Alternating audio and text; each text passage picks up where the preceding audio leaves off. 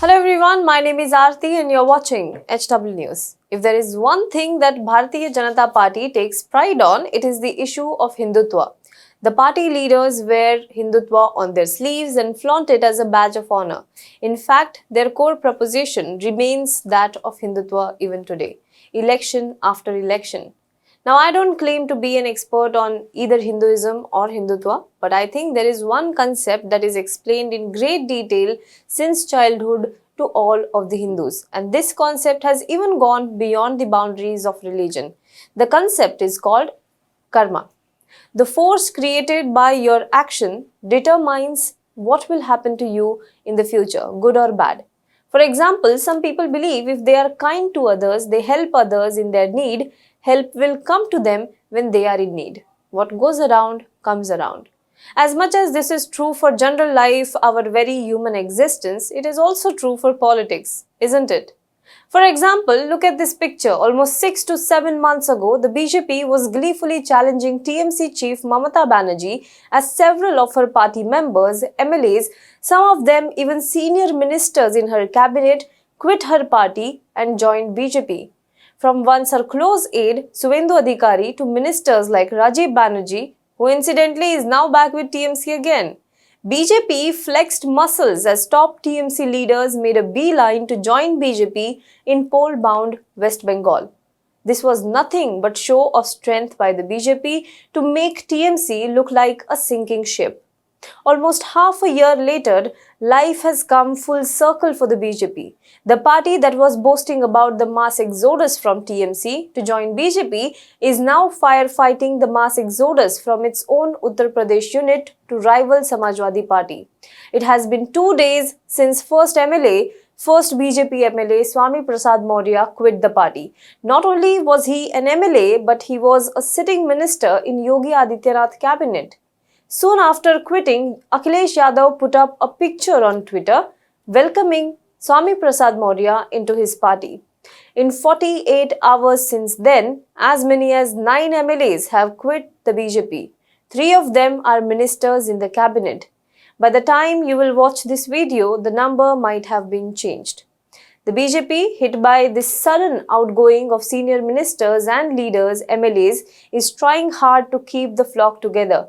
Deputy Chief Minister of the state, Keshav Prasad Maurya, is tweeting that the outgoing MLAs should rethink their decisions. An arrest warrant also was issued against Swami Prasad Maurya in an old case. But that too did not stop the string of leaders bidding Saffron Party goodbye.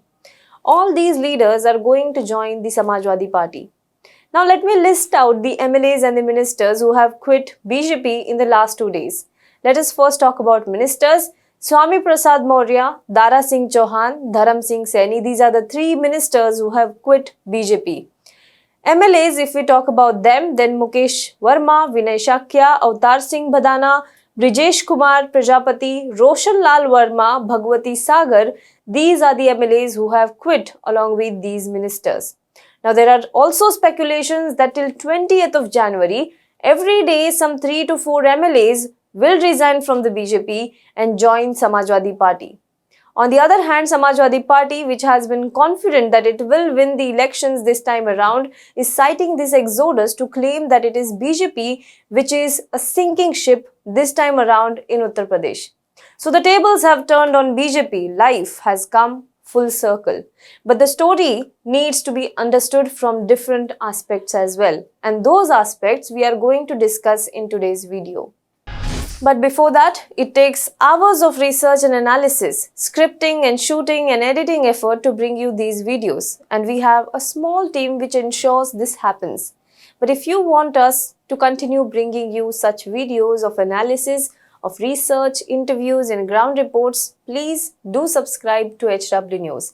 Visit our website www.hwnews.in/subscribe and take up our subscription. We have one-time payment option as well.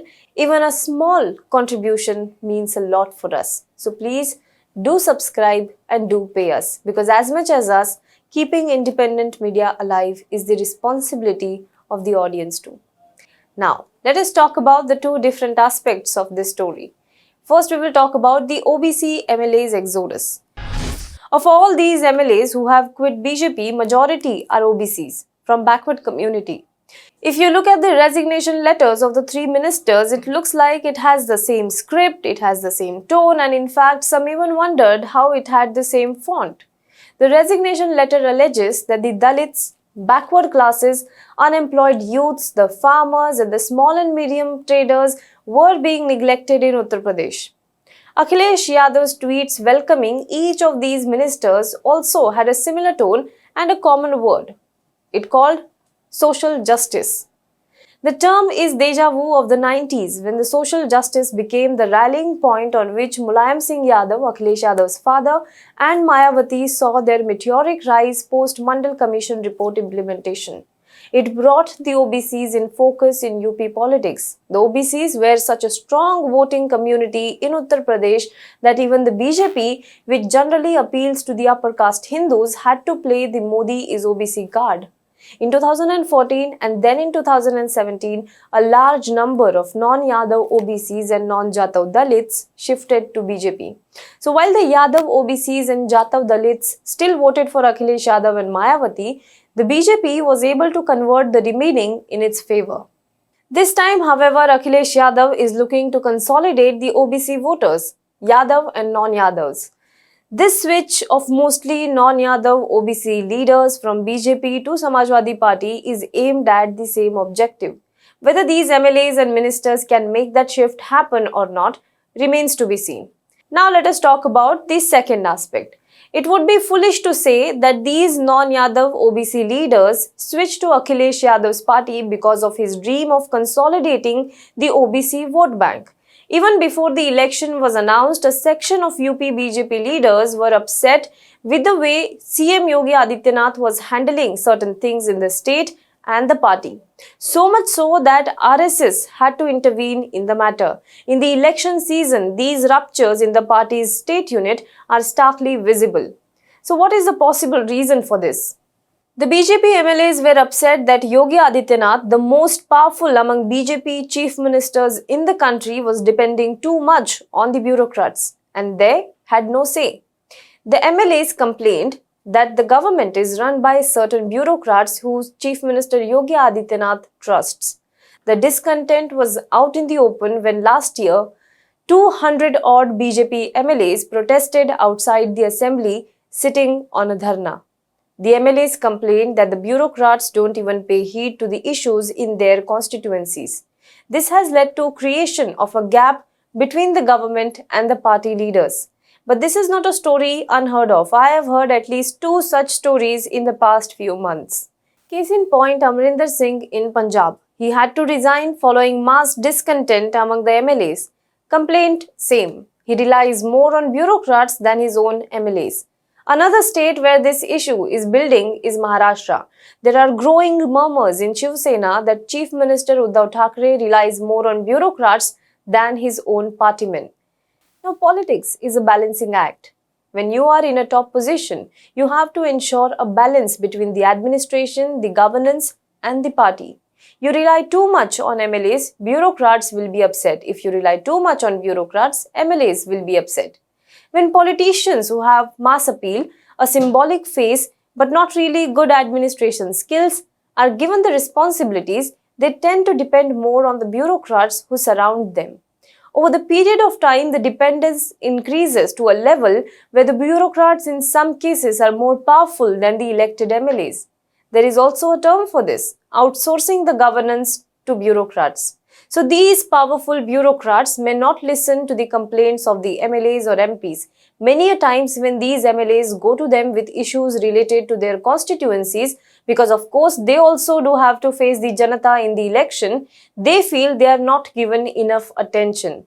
The bureaucracy in certain cases also then acts like a wall between the MLAs and the minister or chief minister, and then the discontent starts to grow. A similar issue has also happened in Uttar Pradesh. So it is not only the OBC consolidation but also the leadership style of Yogi Adityanath that could very well be behind this exodus. Now it is interesting to note, however, that the exodus does not necessarily mean the popularity of the party is down or it is an indication of party losing an election. We saw it again in West Bengal. All these MLAs have left because the party would have denied them a ticket anyways and to fight anti-incumbency. So them leaving the party equal to BJP's loss in Uttar Pradesh election, this analogy is kind of extreme. But that being said, BJP probably for the first time is on the receiving end of the punches it would have otherwise landed on its opponent. Do let us know what you think about this in the comment box below. For more news and updates, you can log on to www.hwnews.in. Also, a very small request before I go. Please do subscribe to HW News. If you like this video, give us a super thanks and comment below the video. And please share this video to as many people as possible. Thank you so much.